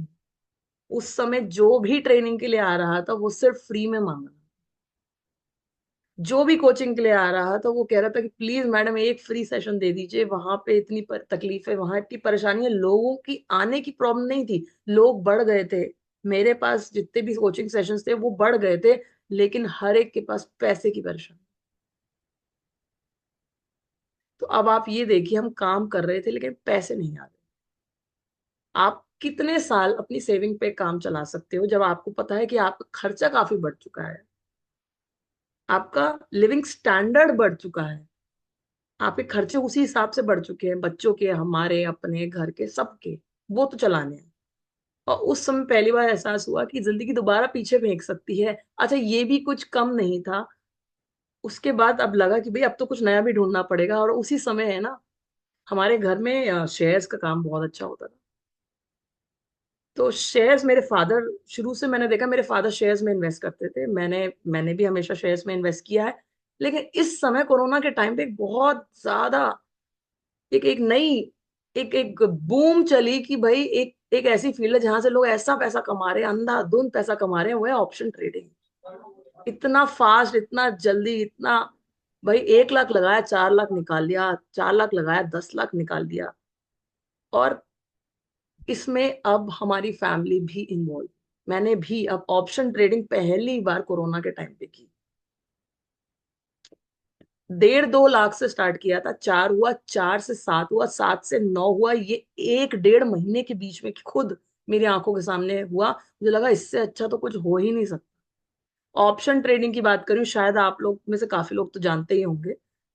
और उन ऑप्शन ट्रेडिंग में जब 9 लाख तक पहुंच गए, वो 1-1.5 लाख से 9 लाख तक पहुंच गए, तो लालच इतना बढ़ गया था, सीधा का सीधा अगले 6 महीने में 26 लाख का लॉस हुआ। सीधा सीधा सीधा सीधा 26 लाख का मेरा अपना लॉस है। मुझे आईटीआर में नेगेटिव इनकम दिखानी पड़ी थी। मुझे याद है, अभी भी है वो ITR की रिपोर्ट मेरे पास। अब जो ऑलरेडी काम में परेशान हो रहा था, अब उसकी सेविंग भी जा चुकी है पूरी। और ये चीज हमने दोनों ने करी है, हस्बैंड वाइफ दोनों ने करी थी। तो अब आप सोच सकते हैं, आप सब लोग बहुत अच्छी तरह समझ सकते हैं कि आज तो मैं बड़ा अच्छे मुस्कुरा के ये बात बोल रही हूँ, बट सच में वो टाइम अच्छा नहीं। जब आपकी सारी सेविंग भी चली जाए और काम वैसे ही गया हुआ है, तो कुछ नहीं बचता। और वहां से निकलने में हमें सच में बहुत टाइम लग गया। वो जो टाइम था, उस टाइम ने बहुत कुछ सिखाया। और आज शायद ये सेशन, मैं इसीलिए आपको ये बैकग्राउंड बता रही हूँ कि आप सब लोगों ने कहीं ना कहीं अपनी लाइफ में कुछ ना कुछ इस तरीके से देखा होगा, इस तरीके से एक्सपीरियंस किया होगा। क्योंकि ये कोई एक नहीं है, ऐसे बहुत लोगों के साथ एक्सपीरियंस होता है। और वो एक्सपीरियंसेस जिस समय हम भगवान से शिकायतें कर रहे होते हैं कि भाई मेरे साथ ही ऐसा क्यों, मैंने किसका बुरा किया, मैंने किसका खराब किया है, और मेरे साथ ऐसा क्यों हो रहा है, उन सारे सवालों के जो जवाब होते हैं ना, वो उस समय आपको मिलते हैं कि भी मेरे साथ ऐसा क्यों, बाकियों के साथ क्यों नहीं। तब रियलाइज हुआ कि भाई भगवान जो आपको दे रहा है वो एक लेसन है, जो हमने अगर नहीं सीखा ना, तो लाइफ वो लेसन रिपीट करती रहेगी। जब तक आप सीखेंगे नहीं, वो लाइफ लेसन रिपीट करती रहेगी। और जिस दिन आप सीख जाएंगे ना, आपका डायरेक्शन चेंज। अब अगर आज के टॉपिक की बात करें, definition of success, psychology of success, उस समय रियलाइज हुआ सक्सेस की डेफिनेशन क्या है। भाई जब मैं स्टूडेंट थी तो मेरे लिए सक्सेस क्या थी, एक छोटी सी कॉलेज के स्कूल के एग्जाम सबसे अच्छे पास हो जाए, पेरेंट्स बोलते हैं टॉप और हो जाओ, टॉप करो, ये मैक्सिमम मार्क्स, कंपटीशन में लगे हुए हैं शुरू से। हमारे हमारे खून में कंपटीशन है, बचपन से सिखाया गया है, स्कूल टाइम से कंपटीशन, स्टूडेंट लाइफ से हमने सीखा है। कॉलेज में आते ही आप लोग से बात कर रही हूँ, तो सबसे बड़ा कंपटीशन क्या होता है, सबसे बड़ी अचीवमेंट क्या होती है कॉलेज में आते ही, कोई एक लड़की गर्लफ्रेंड बन जाए, अब उसके बाद जॉब लग जाए, एक अच्छी जॉब लग जाए, एक अच्छा पैकेज लग जाए, पहली गाड़ी आ जाए। बाइक तो पापा ने दे ही दी थी, काफी लोगों के पास तो पापा की होती ही है दी हुई, लेकिन नहीं थी, तो पहली बाइक और पहली गाड़ी आ जाए। वो हमारा एक टारगेट होता है, वो हमारा एक गोल होता है। कंपीट कर रहे हैं, सब के सब लगे पड़े हैं उसके लिए। फिर लगता है कि यार सैलरी, चलो पहली बार जो मुझे एहसास हुआ था 1 लाख सैलरी हो जाए उस दिन मजा आ जाए। और वो 1 लाख सैलरी जब हो जाती है तो लगता है कि यार अभी तो, यार वो तो 4 लाख कमा रहा है, मेरे पास उतना अच्छा फ्लैट नहीं है जितना उसके पास है। एक एक अच्छा फ्लैट होना चाहिए, रह रहे हो तो अलग है, एक इन्वेस्टमेंट भी होना चाहिए, अब वो वाली सैलरी भी हो जाए। भाई ऐसे करते करते तो लोग करोड़ों कमा रहे हैं। बच्चों के भी खर्चे हैं, सब कुछ देखते हुए हमें लगता है कि भी हमें भी 1 करोड़ कमाना है, 1 करोड़ कमाना है, 10 करोड़ कमाना है। इच्छाएं भी बढ़ती जाती हैं, काम भी बढ़ते जाते हैं। और सबसे बड़ी बात, जो वो 10 करोड़ कमा रहा है, जो वो 100 करोड़ ऑलरेडी कमा रहा है, अगर आप उससे पूछेंगे भी तुम्हारे लिए सक्सेस क्या है, तो वो कहता है, जैसे मैं आपको एक ऋतिक रोशन का एग्जांपल देती हूँ। ऋतिक रोशन एक दिन इंटरव्यू दे रहा था, कई कई करोड़ वो एक मूवी से कमा लेते हैं, जितने भी एक्टर्स और एक्ट्रेसेस। वो कहता है कि भाई जब मुझे बोला गया कि ये सक्सेस है, यहाँ पहुंच जाओगे तो आपको इतनी खुशी मिलेगी, जब मैं वहां पहुंच गया मुझे खुशी का कुछ भी एहसास नहीं था। और ऐसा आप कितने भी, जितने भी बड़े लीडर्स हैं, जितने भी बड़े एक्टर्स एक्ट्रेसेस हैं, बिजनेसमैन हैं, वो लोग आप देखेंगे कि वो बहुत अच्छा कमा रहे हैं लेकिन खुश नहीं है, सक्सेसफुल हैं लेकिन वो खुश नहीं है, और वो आज भी उससे सेटिस्फाइड नहीं। आज एक एक एक ओल्ड एज के इंसान के पास पहुंच जाओ और उनसे पूछो कि भी आपके लिए क्या है, तो वो कहते हैं खुशी क्या है, आपके लिए सक्सेस क्या है, तो वो कहते हैं कि भी एक अच्छा रिलेशनशिप हो, आपकी अच्छी हेल्थ हो, कोई मेरी बात सुनने वाला हो, कोई मेरे साथ बैठ के बातचीत करने वाला हो, मुझे समझने वाला हो, मेरी केयर करने वाला हो, आपकी हेल्थ इतनी चलती रहे कि आप अपना काम खुद करो, बस मेरे लिए तो वही सक्सेस है। और वो अगर किसी के दादा हैं, उनके उनके साथ एक पोता है, तो वो उस पोते के लिए सक्सेस है कि मैं अपने दादा से जो मांगू वो मुझे मिल जाए, कन्विंस कर लूं। और दादा के लिए सक्सेस है कि अगर मेरा पोता आज कुछ मांग रहा है, भले ही मैं रिटायर्ड हूं या किसी भी एज में हूं, जो वो मांगे वो मैं बिना किसी के सामने हाथ फैलाए उसे दे दूं, ये मेरे लिए सक्सेस है। तो डेफिनेशन ऑफ सक्सेस उस समय ये समझ आई कि भाई सक्सेस है क्या। सक्सेस एक साइकोलॉजी है जो सबके लिए अलग अलग और हर लाइफ के फेस के लिए अलग अलग है, हर इंसान के लिए अलग है। सक्सेस सिचुएशनल है, उसकी डेफिनेशन सिचुएशनल है। और एक्चुअल में सक्सेस क्या है, जब सक्सेस के बारे में पढ़ा, जब सक्सेस के बारे में उसकी साइकोलॉजी समझी, तो ये था कि सक्सेस उसी को मिलती है जो लगातार काम करता है। Success comes with perseverance. Perseverance means जो बिना रुके लगातार सक्सेस के लिए काम कर रहा है, सक्सेस उसे मिलती है। लेकिन परसिवरेंस कहाँ से आती है? परसिवरेंस कहाँ से आती है? जब आपके पास वो एटीट्यूड हो कि मुझे हर वक्त काम करना है, गिव अप नहीं करना है। वो नेवर गिव अप एटीट्यूड जब होता है तब आती है। और वो नेवर गिव अप एटीट्यूड कैसे आता है? क्या हमें बचपन से सिखाया जाता है या कॉलेज में पढ़ाया जाता है? वो एटीट्यूड जब आता है जब हम हर नेगेटिव सिचुएशन को देख के बोलें कि नहीं यार, मैं अभी भी कर सकता हूँ, आई कैन डू इट।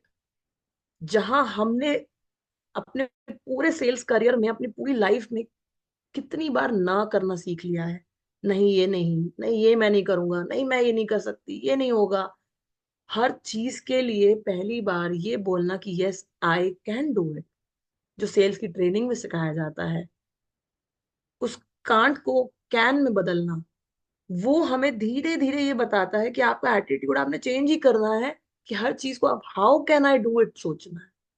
और वो how can I do it कैसे आता है? क्या इतना आसान होता है हर चीज को कहना, हाँ yes I can do it?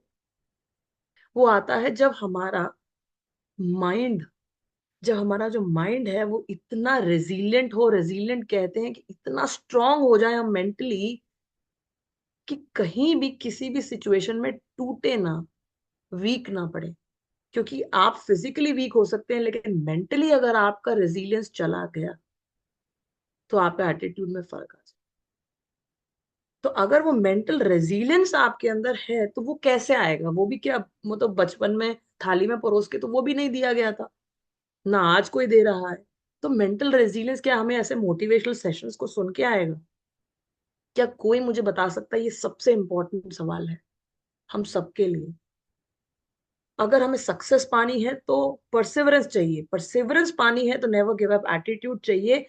वो एटीट्यूड पाना है तो हर चीज के लिए हाँ करना होगा, yes I can do it.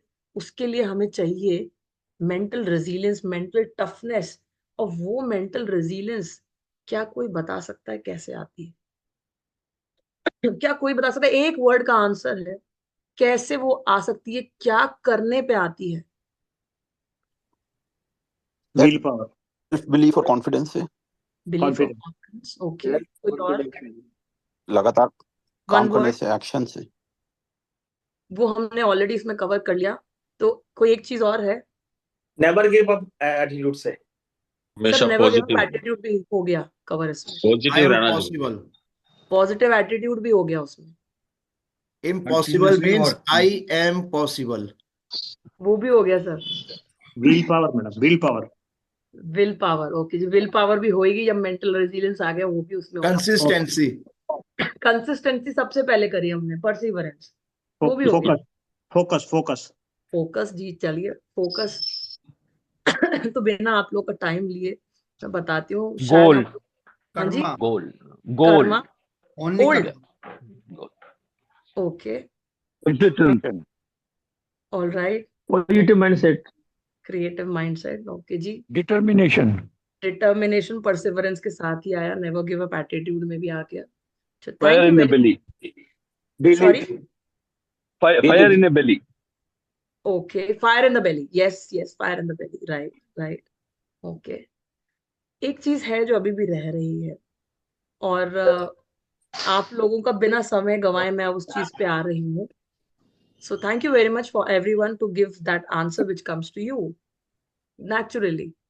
और इसका आंसर है अडेप्टेबिलिटी। क्या आप सब लोगों ने कभी इस बारे में सोचा? अडेप्टेबिलिटी इस वर्ड का मतलब जानते हैं हम सब लोग। अडेप्टेबिलिटी से हमारा माइंड रेजिलिएंट बनता है। अडेप्टेबिलिटी का मतलब क्या है? What is adaptability? एक्सेप्टेंस बोलते हैं ma'am, acceptance is the same word. Acceptance adaptability का पहला फेज है। मतलब पहला नहीं कहूंगी, दूसरा फेज है कि जब भी कोई चीज हमारे आसपास चेंज हो रही होती है तो हमारा नेचुरल रिएक्शन क्या होता है? एक एक ह्यूमन माइंड का नेचुरल रिएक्शन होता है रेजिस्टेंस। कोई भी चीज, कोई भी बदलाव जब हमारे आसपास आता है तो हमारा पहला जो रिस्पॉन्स और रिएक्शन होता है towards the change is resistance. हम उसे रेजिस्ट करते हैं क्योंकि हम अपने कंफर्ट जोन में होते हैं। हमें एक चीज की आदत है, हम चेंज नहीं होना चाहते। कोई भी नहीं होना चाहता। इंसान इंसान क्या, जानवर भी अगर आप किसी दूसरे एनवायरनमेंट में उसको डाल दो तो उसको अडेप्ट करने में, उसको एक्सेप्ट करने में टाइम है। उस रेजिस्टेंस के बाद पहला फेज आता है कि भाई आप कुछ भी कर लो, अडेप्ट करना है तो एक्सेप्ट करो। सबसे पहले तो एक्सेप्ट करना है कि भाई चेंज हो चुका है। जैसे कोरोना आया, हम सब ने चाहे हाथ जोड़े, पैर जोड़े, हाथ पैर मारे, जो भी किया, बाद में सबने एक्सेप्ट किया कि भाई ये चेंज आ चुका है, हमें इसके साथ रहना ही रहना, चाहे कुछ भी हो। तो दैट अडेप्टेबिलिटी, नोकिया फेल हुआ क्योंकि वो अडेप्ट नहीं कर पाया।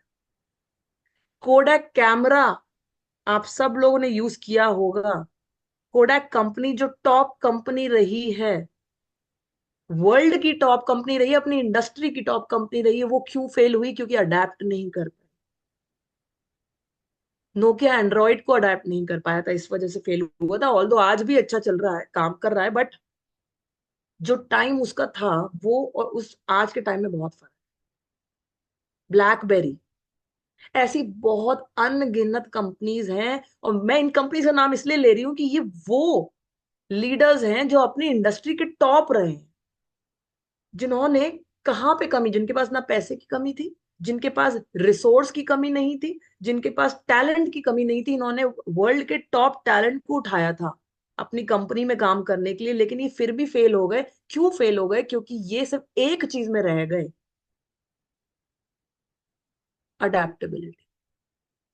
क्या इनके पास एटीट्यूड की कमी थी? क्या इनके पास परसिवरेंस की कमी थी? क्या इनके पास डिटर्मिनेशन की कमी थी? क्या इनके पास विल पावर की कमी थी? किसी चीज की कमी नहीं थी। इन सबके पास एक फायर था। लेकिन अगर हम ये सब कुछ रखते हैं और हम अडेप्ट करना नहीं जानते लाइफ में, अपने फेलियर्स के साथ, अपने सक्सेस के साथ, लाइफ में जितने भी उतार चढ़ाव आ रहे हैं उन सबके साथ, लाइफ के आसपास होने वाले चेंजेस, अगर कोई हमसे बेटर कर रहा है तो वो कर रहा है। अगर एक नई टेक्नोलॉजी आ रही है तो वो हमारा फ्यूचर है। हमें अडेप्ट करना पड़ेगा, हम चाहें या ना चाहें। अगर मैं एक सेल्स पर्सन हूं, मैं एक अपने तरीके से सेल्स कर रही हूँ, भाई कोई नया सॉफ्टवेयर आ गया आज अगर मार्केट में, और मैं क्योंकि अपनी तरीके से सेलिंग करती हूँ तो मैं इस चीज पे अड़ जाऊं कि नहीं भाई वो गलत है, मैं सही हूं, ये एटीट्यूड सही नहीं। ये एक चेंज है जो आजकल के टाइम पे इतना फास्ट हो गया है। पहले जो चेंजेस 10 सालों में आते थे वो आज हर साल आ रहे हैं। हर साल क्या, मैं कहूंगी हर महीने टेक्नोलॉजी इतनी एडवांस हो गई है कि हर मिनट आपका एक फोन का सॉफ्टवेयर हर दिन अपडेट होता है। हम कितनी बार अपडेट, हम अपने आप को कितनी बार अपडेट कर रहे हैं, हमारा सॉफ्टवेयर कितनी बार अपडेट होता है, हम अपने आप को कितनी जल्दी चेंज कर रहे हैं, अपडेट कर रहे हैं। मतलब ये नहीं कि सिर्फ नई न्यूज पढ़ ली और अपडेट हो गए। रोजाना न्यूज़पेपर पढ़ने से या न्यूज पढ़ने से अपडेट नहीं हो रहे हैं। वो सॉफ्टवेयर अडेप्ट कर रहा है नई चीजों के साथ। जितने चेंजेस आ रहे हैं उससे मशीन लर्निंग आपने सुनी होगी, मशीन लर्निंग रोज नई चीज सीख के अपने आप को चेंज और एडवांस कर रही है। तो क्या हम उसके साथ कदम से कदम मिला पाएंगे? क्या हम उतनी फास्ट अडेप्ट कर पाएंगे? ये हम सबको सोचना है कि क्या अगर हम कर पा रहे हैं तो ठीक है, नहीं कर पा रहे हैं तो हमें क्या करना है। और अगर आपको याद होगा कि मैंने जो अपनी अपनी आज की ये लाइफ का एक्सपीरियंस शुरू किया था तो सबसे पहले गाड़ी से शुरू किया था कि जब मैंने अपनी गाड़ी खरीदी तब जब मैं वहां उस समय बैठी तब मुझे एहसास हुआ कि अपनी गाड़ी और हमारी गाड़ी में एक फर्क होता है। और उस दिन मैंने सबसे पहली बार सोचा कि मेरी पहली जॉब कैसी थी, वहां कैसे फेल हुई, और फिर लाइफ के सारे फेलियर मुझे याद आए। यार कहाँ कहाँ अटके, कहाँ कहाँ गिरे, कहाँ कहाँ फिर से खड़े हुए, कहाँ क्या किया, क्या सीखा लाइफ से। जब वो सारा कुछ याद आया ना, तो तब तब एहसास हुआ कि भले ही देर से हो या जल्दी हो, लाइफ में वो चीज आपको मिल जाती है जो आपको मिलनी है। और हमें अगर अपनी लाइफ में सक्सेसफुल बनना है ना, तो हमें तीन चीजें चाहिए। तीन चीजें चाहिए मतलब वो, एक चीज, पहली चीज जो सबसे ज्यादा इंपॉर्टेंट है वो ये है, हमारा एक ऐसा लाइफ पार्टनर हो, हमारा एक ऐसा लाइफ पार्टनर हो जो हमें आईना दिखा सके। मतलब जो आपकी तारीफ ना करे। जैसे आप लोग के, क्योंकि मैं आप लोग के साथ बैठी हूँ तो आपको एक हस्बैंड वाइफ का एग्जाम्पल देती हूँ कि लाइफ में आपकी सब लोग तारीफ करेंगे, बस एक इंसान आपकी तारीफ करने में हमेशा पीछे रहता है, वो होती है आपकी अपनी वाइफ, आपकी अपनी बीवी। वो आपकी तारीफ नहीं करती, वो इसलिए नहीं करती क्योंकि वो आपको आईना दिखा रही है। और अगर मैं यहाँ पे अगर लेडीज बैठी हूँ, उन सबसे ही कहूंगी कि सेम हैपेंस विद अस। हमारी कोई तारीफ नहीं करेगा, हमारी तो कोई भी तारीफ नहीं करेगा। नहीं हस्बैंड नहीं, करेगा तो समझ जाओ कोई काम ही कर रहा हो, काम ही निकालना होगा। हस्बैंड नहीं करेगा, बाकी तो करते हैं मैम, ऐसे मत बोलो। हाँ ये भी कर सकते हैं, पड़ोसी तो करते हैं, नो डाउट, पड़ोसी तो करते हैं। तो तो देखो, अतुल जी तो तारीफ करते हैं, आप भी तारीफ कर रहे हो, बट हस्बैंड नहीं करेगा। तो हमें ऐसे लाइफ पार्टनर की हमेशा जरूरत है जो हमें टाइम टू टाइम एक ऐसा आईना दिखाए जो हमें सच्चाई से अवगत कराए। आज के टाइम पर हर कोई आपकी तारीफ करने के लिए तो बैठा है, लेकिन कोई आपको सच नहीं बोलेगा कि आप गलत कर रहे हैं। एक ऐसे लाइफ पार्टनर की बहुत जरूरत है हमें। और हमें उसके कड़वे शब्द अच्छे तो नहीं लगते, लेकिन अगर हम उसको पॉजिटिवली देखना शुरू करें कि भाई यही एकमात्र लाइफ में ऐसा बचा है जो आज के टाइम पे हमें सच बता रहा है कि हाँ भाई ये गलत कर रहे हो या गलत कर रही हो। अगर हम उस इंटेंशन को समझ जाएंगे कि हाँ वो उसका इंटेंशन सही है, वो चाहे कैसे भी कड़वे शब्दों से बोल रहा है, इंटेंशन आपको सुधारना और आपकी इंप्रूवमेंट और आपकी सक्सेस का ही है, तो वो आपको सबसे अच्छा इंसान नजर आएगा और वही आपका लाइफ पार्टनर है।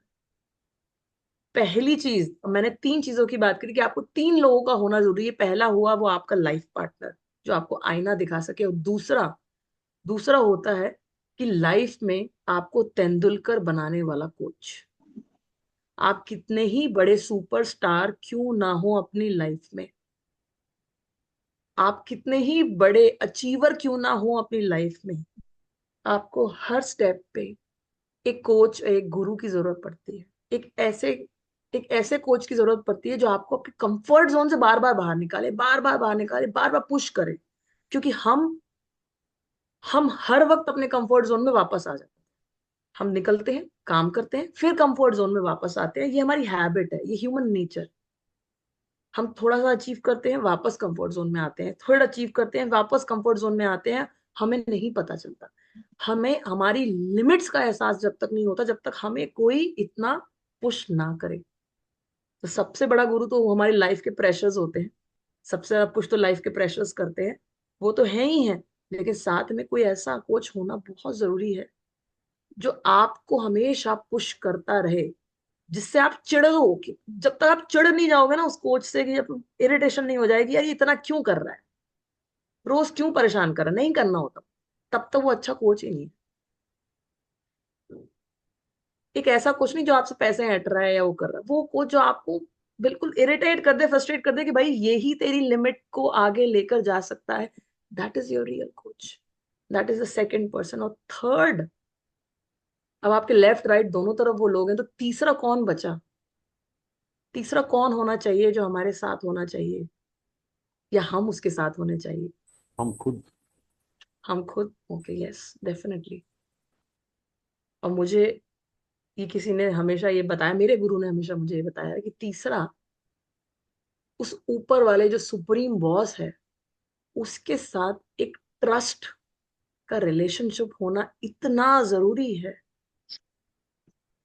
इतना जरूरी है कि लाइफ में आपके साथ जो कुछ भी हो रहा है, अगर आपने ऊपर वाले पे वो ट्रस्ट रखा हुआ है कि जो हो रहा है अच्छा ही हो रहा है और उससे मुझे कोई लेसन ही मिल रहा है, जब वो एक जब वो एक अंधा ट्रस्ट डेवलप हो जाएगा ऊपर वाले पर, वो सुप्रीम बॉस पर, कि वो बैठा है, जो कर रहा है सही कर रहा है। अगर आज मुझे गाड़ी सबसे लेट मिली है तो उसका एक रीजन है, आज मैंने वो अर्न करी है कुछ लेसन्स के बाद। जब मैंने अपना पूरी सेविंग खो दी तब मुझे एहसास हुआ कि यार उस सेविंग को कहीं इन्वेस्ट कर देते, यार मैंने तो फालतू में इसको बर्बाद कर दिया। अच्छा, इससे तो हम यहाँ किसी हॉलिडे पैकेज पे जा सकते थे, अच्छा हम तो इस पे ये खरीद सकते थे, वो खरीद सकते थे, ये कर सकते थे, वो कर सकते थे। तो उस सेविंग को जब पूरा गंवा दिया तब वो एहसास हुआ, तब लगा कि हाँ भाई ये लेसन अभी बाकी था। तब पहली बार मैंने हस्बैंड की गाड़ी छोड़ के अपनी गाड़ी खरीदी। ये पूरा लॉस करने के बाद की बात बता रही हूँ मैं। तब पहली बार एहसास हुआ कि भाई कभी भी पैसे तो चले जाएंगे, अगर आज जो करना है वो कर लो। और भगवान से जो शिकायत थी कि मुझे इतने टाइम बाद क्यों, मेरे साथ ऐसा क्यों, वो जब खत्म हुई, जब ये एहसास हुआ कि भाई जो ऊपर वाला कर रहा है वो वो सही कर रहा है, वो हमारे लिए ही कर रहा है। और जो चीज सही टाइम पर हमें मिलेगी उसकी वैल्यू अलग ही होगी। वो सही टाइम, वो सही वक्त आने में टाइम लग सकता है लेकिन वो आएगा जरूर। तो इस समय सबसे बड़ा लेसन जो मैंने लिया वो यही था कि भगवान से कभी शिकायतें मत करो, उसका हमेशा धन्यवाद ही करो, जिसको हम हमेशा ग्रैटिट्यूड प्रैक्टिस भी कहते हैं। जब आप उसको धन्यवाद करोगे आपको हमेशा अच्छा ही मिलेगा। तो ये 3 लोगों का होना आपके साथ जरूरी है। सॉरी, लोग कह रही हूं मैं से। एक ट्रस्ट होगा, एक आपका लाइफ पार्टनर जो हमेशा आपको आईना दिखा सके, एक ऐसा कोच जो हमेशा आपकी लिमिट्स को पुश कर सके, और एक भगवान के साथ एक अंधाधुंध ट्रस्ट, एक ऊपर वाले के साथ। मैं भगवान का वर्ड यूज करी, हो सकता है यहाँ पे कोई और किसी दूसरे रिलीजन से हो, तो उसके लिए ऊपर वाले के साथ एक ऐसा रिश्ता, एक ऐसा ट्रस्ट का रिश्ता, ये तीनों चीजें जब हमारे पास हो जाएंगी तो आप सक्सेसफुल ही सक्सेसफुल हैं, कोई नहीं रोक सकता। क्योंकि सक्सेसफुल बनना ये सबके लिए अलग है। अतुल जी के लिए अलग है, मेरे लिए अलग है, राजेश जी के लिए अलग है, सुनील जी के लिए अलग है। हम सब अपनी लाइफ में सक्सेसफुल हैं अगर हम लोगों से फीडबैक लेना शुरू कर दें, उस पर काम करना शुरू कर दें और कंप्लेन और क्रिप करना बंद कर, सिर्फ ग्रैटिट्यूड पे करें। सो यही मेरा आज का सेशन रहा। Thank you very much Atul ji for and Sunil ji for for inviting me for this session. Thank you very much. Thank you Neha ji, thank you. Neha ji, एक क्वेश्चन है आपसे, आपके नाम के आगे गुप्त लगता है, अभी तक तुमने गुप्ता सुना था, जी ये इसका थोड़ा बताएंगे ये क्या है? सर, ये ना मैं आपको सेल्स वाली लैंग्वेज में बताऊं या साइकोलॉजी वाली लैंग्वेज में? जिसमें हमें समझ आ जाए, दोनों बता दो। तो अच्छा जी, सेल्स वाली लैंग्वेज में कहते हैं कि आप, मेरा नाम सबसे ज्यादा कॉमन नाम है ना, नेहा। आप कहीं किसी कोने में नेहा चिल्लाओ, नॉर्थ इंडिया में अगर आप कहीं भी किसी शहर में नेहा चिल्लाओ, 2-3 तो हाँ बोल ही देंगे। जी। तो इतना कॉमन नाम था कि मैं परेशान हो गई थी कि भाई यार कैसे करें। तो मैंने सोचा कि भाई नेहा गुप्त कर देते हैं। दिस इज सेलिंग वाला आंसर ना, सेल्स वाला आंसर। अब इसका एक्चुअल आंसर ये है, ताकि लोग, पता जब नेहा गुप्ता का गुप्त देखते हैं तो एटलीस्ट एक बार पूछ लेते हैं कि भाई ऐसा क्यों, तो उनको नाम याद रह जाता है, हमेशा नाम याद रह जाता है। मैं आपको ये सच बोल रही हूँ, मतलब आज आज मैंने आपको एक एक चीज सच बोली है। दूसरी चीज जिसकी वजह से ये नाम रखा गया वो ये था, मेरे नाना जी हमेशा अपने नाम के आगे वो हिंदी में लिखते थे, वो कभी इंग्लिश में गुप्ता तो लिखते ही नहीं थे। वो वीरेंद्र नाथ गुप्त उनका नाम था। तो वो हमेशा हिंदी में ना गुप्त लिखते थे, वो आगे डबल डॉट, आपने कोलन देखा होगा, डबल डॉट होता है ना, वो संस्कृत में उसको विसर्ग बोलते हैं शायद। तो उसकी जो साउंड आती है वो आती है गुप्तहा। और उनका कहना ये था कि पुराने जमाने में गुप्ता होते ही नहीं थे, गुप्तहा होते थे। हम गुप्तहा लिखते थे। जैसे चंद्रगुप्त मौर्य आपने सुना होगा, Maurya dynasty is different, but just for the sake of example I am telling you, गुप्तहा लिखते थे। बोल बोल के हमने उसे गुप्ता कर दिया है। तो ये इसका ओरिजिनल मतलब रीजन है कि वो हमेशा गुप्तहा लिखते थे, तो मैंने उसको हिंदी का इंग्लिश में करके गुप्तहा कर दिया और मेरे दोनों चीजें रिजॉल्व हो गई। मेरा नाम अनकॉमन से कॉमन, मतलब कॉमन से अनकॉमन हो गया, और आज आपने मेरे से जवाब पूछ लिया तो लोगों को मेरा नाम तो याद रहेगा। राष्ट्रीय कवि मैथिली शरण गुप्त, जी राष्ट्रीय कवि जो थे हमारे मैथिली शरण गुप्त, वो गुप्ता नहीं राइट, लिखते थे, गुप्त लिखते जी गुप्त। तो एक्चुअल में पहले गुप्त ही होता था, क्योंकि हमने हमें बोल के उसको गुप्तहा आपका किया। पोस्टर भी बदलना पड़ा था, क्योंकि हमें सोचा गुप्ता ही होता है, एक कहीं गलती से लिखा गया है, तो हमें वो चेंज भी करना पड़ा जी आपका सर, पोस्टर थैंक यू भी। Very much, thank you sir. आपको मेरा नाम तो याद रहेगा ना? सब कुछ याद रहेगा मैम। अब तो आप यूट्यूब पे अमर हो गई हैं। आज आई 1 घंटे बाद ये सेशन भी चला जाएगा यूट्यूब पे। ओके जी, thank you so much sir, thank you very much. बहुत अच्छा लगा मैम आपका सेशन। मैडम आप आपको बार बार बुलाते रहेंगे हम इस सेशन में। थैंक यू सर, आप तो थैंक यू, बुलाओगे, मुझे बहुत मैडम आएंगी नहीं आएंगी वो तो पूछ लो। आप आएंगी, आएंगी क्यों नहीं आएंगी, आएंगी क्यों नहीं, बिल्कुल आएंगी मैडम, तो आएंगी ना।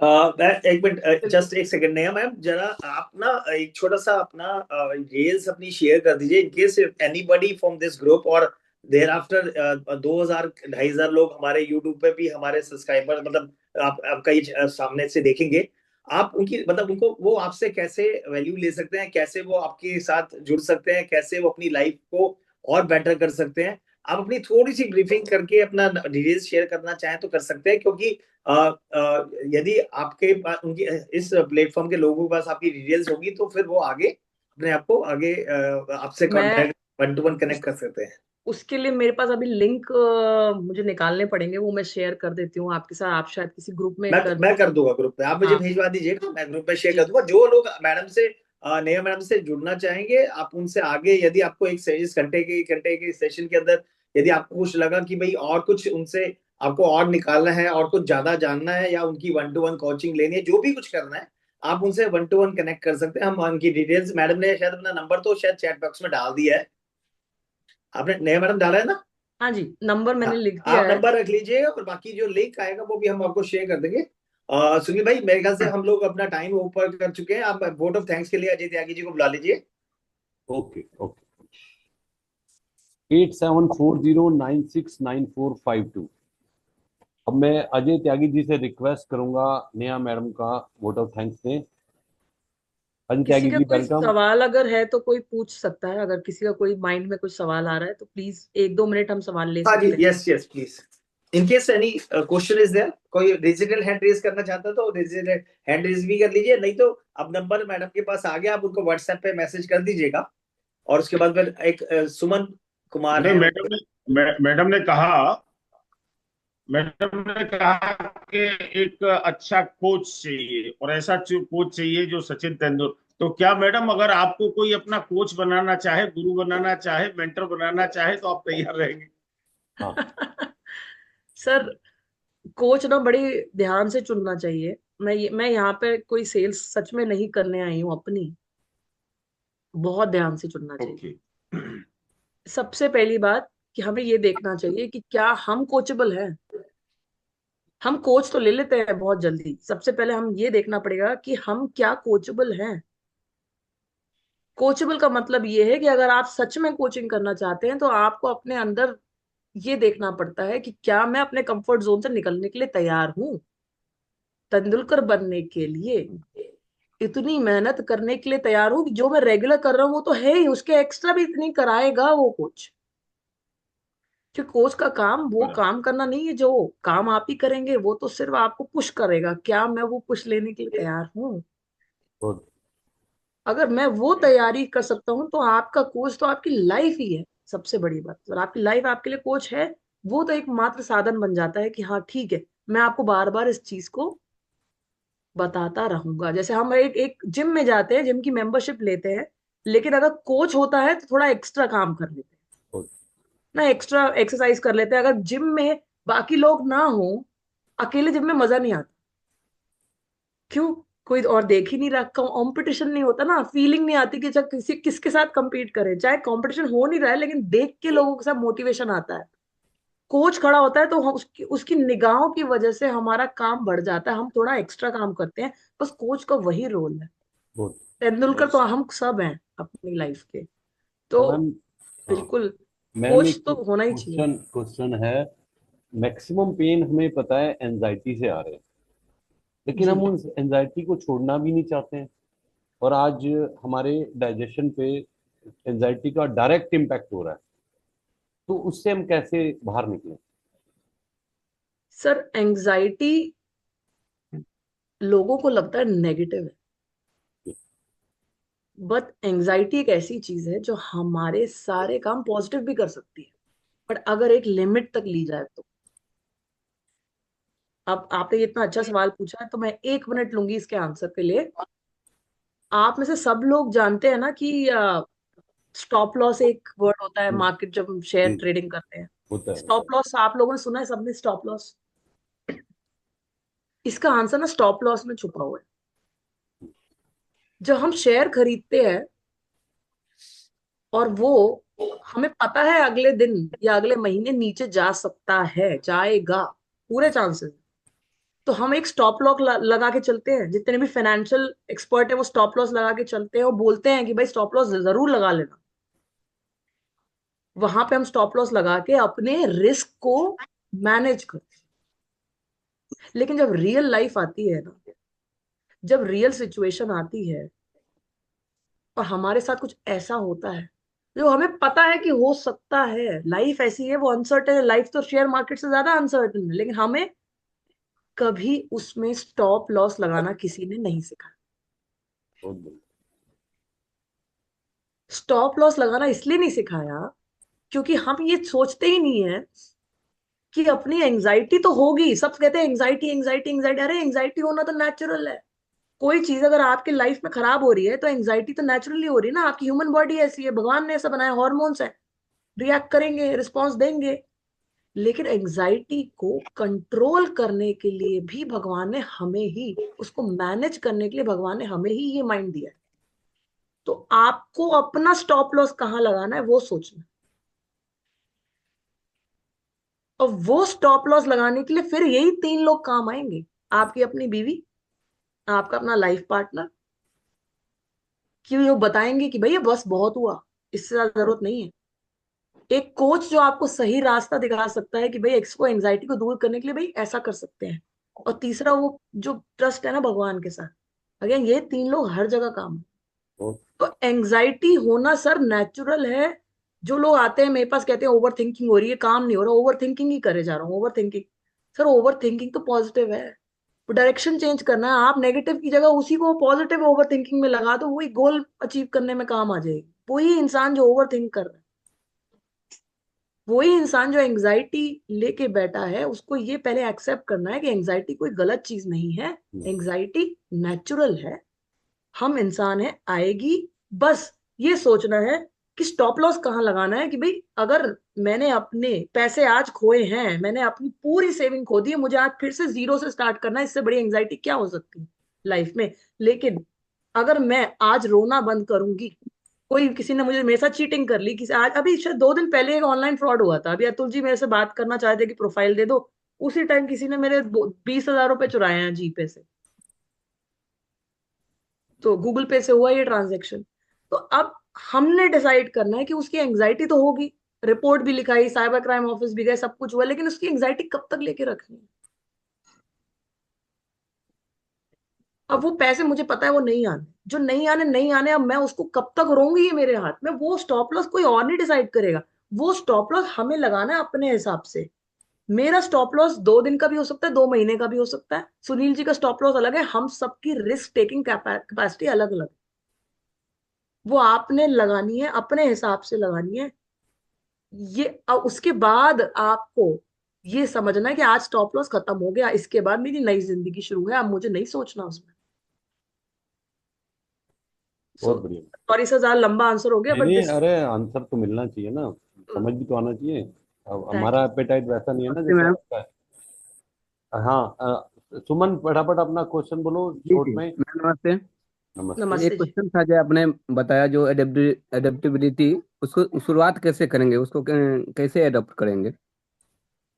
सर शुरुआत ऐसे ही करना है कि कहीं भी जी जब हम रिएक्ट करते हैं ना कोई भी चीज के लिए, जब हमें पता चलता है कि हम कोई भी चीज ऐसी हो रही होती है जो हमारे हिसाब से नहीं हो, कोई चीज ऐसा बदलाव आता है जो हमें अच्छा नहीं लगता, जब वो ऐसी चीज हो रही हो तो सबसे पहले हमें उसके साथ अडेप्ट करना सीखना है, उसे एक्सेप्ट करना सीखना है, और फिर उसको अडेप्ट करना सीखना है। वहां से वो शुरुआत होगी। और अगर आप रेजिस्ट करते हैं तो अपने आप को सबसे पहले, चाहे हमें गुस्सा आए या रेजिस्टेंस आए, फ्रस्ट्रेशन हो, एंग्जाइटी हो, कुछ भी हो, अगर वो नेचुरली हो रहा है उसे होने दीजिए, होने दीजिए। अपने माइंड को थोड़ा सा टाइम दीजिए। नेचुरली सब चीजें होती हैं, बट एक लिमिट तक। जैसे आप अल्कोहल भी लेते हैं और सिगरेट भी स्मोक करते हैं, तो अगर आप एक लिमिट तक कुछ भी कर रहे हैं ना, तो वो आपके लिए हानिकारक नहीं है। एक लिमिट के बाद तो आपकी अपनी बॉडी भी आपके लिए नुकसान दे सकती है। आपका माइंड जो आपका सबसे पावरफुल हिस्सा है, वही आपको बीमार कर सकता है, वही आपको हर बीमारी से बाहर निकाल सकता है। तो हर एक की लिमिट तय करनी हमें जरूरी है।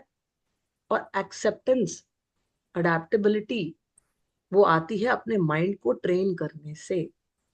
आपको अपने माइंड को ट्रेन करना है, इस लेवल तक ट्रेन करना है कि आपको बार बार अपने आप को बोलना है कि हाँ, I will be able to adapt to it. आपने पॉजिटिव अफर्मेशन सुनी होगी, उससे बहुत हेल्प मिलती है अडेप्टेबिलिटी के लिए। तो हमें पता होता है कि हम कहाँ अडेप्ट नहीं कर पा रहे हैं, और उसको कैसे पॉजिटिव में चेंज करना है। तो इट्स अ बिग प्रोसेस। उसके लिए कुछ टेक्निक्स भी होती हैं सुमन जी। तो बट अभी के लिए तो मैं यही कह पाऊंगी कि ऐसा कर सकते हैं इजीली। Thank you everyone. अब अजय त्यागी जी अनम्यूट करके आगे की प्रक्रिया शुरू करें। अनम्यूट करें सर, अजय त्यागी जी। हाँ, thank you very much Sunil भैया, आपने मेरे को अपॉर्चुनिटी दी। वास्तव में मैं पूरे सेशन में इसको मैं नेहा मैडम का पूरा सुना है मैंने, और बहुत बढ़िया बढ़िया बातें कही हैं। पहले तो मैं धन्यवाद देना चाहूंगा आप सभी पार्टिसिपेंट का। आज पूरा टाइम हाउसफुल रहा है हमारा ये, ठीक है ना। उसके बाद जो मेन चीज है, हालांकि देखिए मैडम, हम जो है ना, ये एक, कुछ लोगों ने, शायद आपको एफपीआरटी के बारे में पता होगा, मैं फिर भी थोड़ा सा ब्रीफ कर देता हूँ। ये हमारे जो प्रधान श्री राजेश चेतन जी के दिमाग का बच्चा है, जो कि इस कम्युनिटी को, जो लाइफ इंश्योरेंस एजेंसी और प्रोफेशनल फाइनेंशियल प्रोफेशनल्स की कम्युनिटी में ट्रेनिंग्स और अपलिफ्टमेंट की कमी रहती है, तो ये एफपीआरटी उस काम को कर रही है कि हम बिना किसी मॉनेटरी बेनिफिट के हम इस काम को चला रहे हैं। और आपने आज इसमें आकर, दोबारा आकर आपने हमारे उस मिशन में कामयाबी की है, और एक तरह का ये आपका हमारे लोगों की लाइफ में कंट्रीब्यूट किया है। भगवान आपको इसका जरूर फल देगा। आप अपने करियर में, अपने काम में ऊंचाई को अवश्य छुएंगी, ऐसा हमारा मानना है। उसके बावजूद भी मैं आपका धन्यवाद देता हूँ। एक फॉर्मल है, आपने तो हम पे कृपा करी है सभी लोगों पर आकर, ठीक है। भगवान आपको खुश रखे, भगवान आपको कामयाब करे, और आपका बहुत बहुत आभार आज हमारे सेशन को लेने का। और फिर मेरी एक और प्रार्थना है, भविष्य में कभी भी हमारी रिक्वेस्ट आप तक पहुंचे तो आप प्लीज आइएगा जरूर अपनी अवेलेबिलिटी के हिसाब से। धन्यवाद। Thank you very much everyone. Thank you so much. Thank you Neha ma'am, thank you, God bless you.